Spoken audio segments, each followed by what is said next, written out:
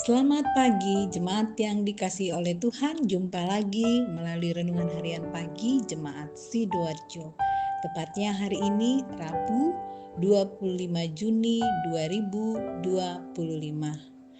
Kita akan mendasari seluruh perjalanan hidup kita dengan tuntunan firman Tuhan. Sebelum membaca firman Tuhan, mari kita berdoa. Segala puji dan syukur kami panjatkan kepadamu ya Tuhan, Allah sumber kekuatan dan berkat dalam hidup kami sebagai anak-anak Tuhan. Terima kasih Tuhan selalu ada untuk menopang hidup kami, dan kami sangat bersyukur untuk mendengarkan firman-Mu di pagi hari ini. Roh Kudus Tuhan akan memampukan kami memahami kebenaran firman Tuhan. Dalam nama Tuhan Yesus kami berdoa. Amin. Injil Lukas pasal yang ke-9, kita akan membaca ayat yang ke-38. Seorang dari orang banyak itu berseru katanya, "Guru, aku memohon supaya engkau menengok anakku, sebab ia adalah satu-satunya anakku." Amin. Guru, tengoklah anakku.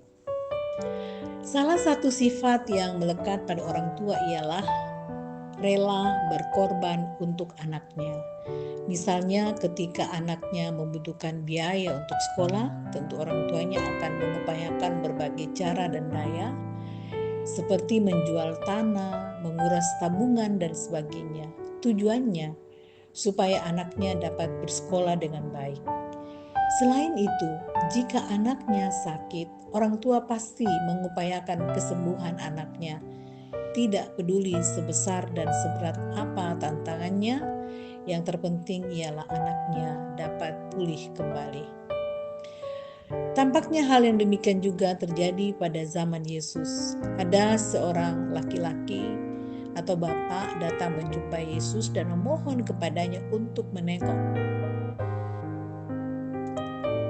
Dalam bahasa Inggrisnya with favor, dengan kasih karunia atau kemurahan hati anaknya yang sedang sakit.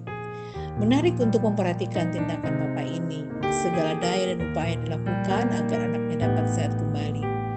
Bukan hal yang mudah untuk menerobos kerumunan orang banyak saat itu. Ditambah lagi, semua orang punya tujuan yang sama, yakni menemui Yesus. Bisa saja dia dipukuli orang ataupun dicaci maki karena menerobos kerumunan. Namun tampaknya itu tidak dihiraukan karena fokusnya ialah pada Yesus yang dipercayanya mampu menyembuhkan anaknya. Itulah iman yang sesungguhnya, yakni ketika seseorang telah percaya dan mempercayakan hidup sepenuhnya kepada Yesus. Hidup ini memang penuh dengan tantangan, suka dan duka, silih berganti menghiasi perjalanan hidup. Bahkan terkadang kita berjalan dalam keraguan. Namun di tengah keraguan dan ketidakpastian hidup, milikilah iman dan percayalah sepenuhnya bahwa Yesus pasti menolong dan menyembuhkan. Jika seorang bapak itu berkata, "Guru, tengoklah anakku," maka dengan iman kita pun hendaknya berkata, "Guru, tengoklah aku." Amin. Mari kita berdoa. Ya Tuhan, kami bersyukur untuk kekuatan firman-Mu yang kami dengar di pagi hari ini. Tuhan akan selalu mengetahui dan memahami perjalanan kehidupan kami sebagai anak-anak-Mu. Firman-Mu sungguh menyegarkan kami dan menopang kami, bahwa apapun tantangan dalam hidup yang kami jalani ini, suka dan duka, namun yang pasti dalam iman kepada Tuhan, berserah sepenuhnya kepada Tuhan, bahwa Yesus pasti menolong dan menopang kami. Kami berdoa untuk jemaat yang dalam kelemahan tubuh, Tuhan pasti sembuhkan. Yang sedang mengalami pergumulan, Tuhan kuatkan. Dan sungguh ya Tuhan, kami percaya bahwa bersama dengan Tuhan kami akan dikuatkan menjalani kehidupan ini. Terima kasih ya Tuhan Yesus atas penyertaan dan topang-Mu dan berkat-Mu selalu bagi kami anak-anak-Mu. Dengarkan doa dan permohonan kami. Di dalam nama Tuhan Yesus kami berdoa dan mengucap syukur. Amin.